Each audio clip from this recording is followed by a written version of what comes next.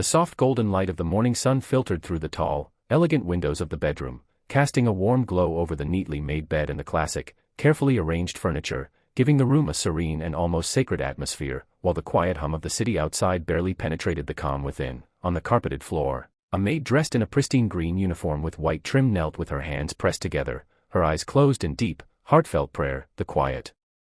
sincerity in her posture speaking volumes of the life she had led and the burdens she carried, as if each whispered plea was an offering to a higher power she trusted more than the people around her. And in front of her, 3 young boys, dressed in matching red shirts and blue jeans, knelt obediently, their small hands folded, their innocent faces reflecting a mixture of reverence and curiosity, for they had never witnessed such devotion before, and yet there was a strange comfort in joining her, as if their hearts instinctively knew the importance of this moment, the eldest of the boys whispering a soft "Amen" under his breath, while the youngest fidgeted slightly but quickly quieted down, sensing the gravity of the scene. At the doorway, a well-dressed man in a sharp blue suit paused, his hand still on the door handle, frozen by the unexpected sight before him, a mixture of surprise, admiration, and an odd sense of guilt crossing his features, for he had always thought of this household in terms of wealth, control, and appearances, but here was a glimpse of something pure, untainted by money or social expectation, a moment of devotion that seemed to transcend all the trappings of his carefully constructed life, and he felt a strange stirring in his chest, an unfamiliar softness that made him step back, almost ashamed that he had interrupted such sacred simplicity. The maid's voice, soft but unwavering, continued her prayer, her words a mix of gratitude, hope, and quiet. Trespasser, but as a man repaying a debt the only way he knew how. He spoke softly through the night, telling her about his son Mateo, about how he learned to tie his shoes yesterday, about how life keeps breaking you and then daring you to stand back up, and when words failed, Daniel simply slept beside her, head resting on the edge of the bed, one hand lightly touching hers like an anchor refusing to let go. Somewhere around 3 a.m.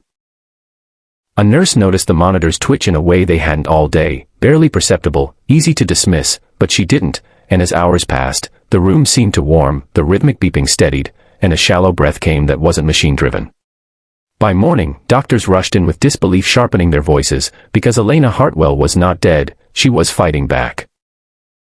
When she finally woke days later, weak but aware, the first thing she asked for was the men who stayed, and when Daniel was brought in, embarrassed and apologetic, she held his hand with more strength than anyone expected and listened as he tried to explain why he'd been there, but she already knew. Elena confessed, with tears streaking down her face, that she'd built empires but lost her family, that nights like that were her greatest fear, to be surrounded by everything and held by no one. And that hearing a stranger's life spoken beside her had pulled her back when nothing else could. The story exploded across the city when she publicly refused to sue the hospital for the death declaration and instead announced a new foundation funding overnight family stays in ICUs, because no one should face the edge alone, and then she did something no one predicted. She hired Daniel as the foundation's director, not out of charity, but because a man who stays when there's nothing to gain understands leadership better than most CEOs.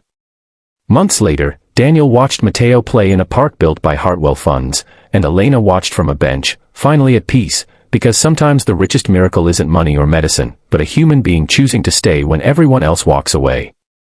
And if this story reminded you that hope can arrive from the most unexpected place, don't forget to subscribe to the channel.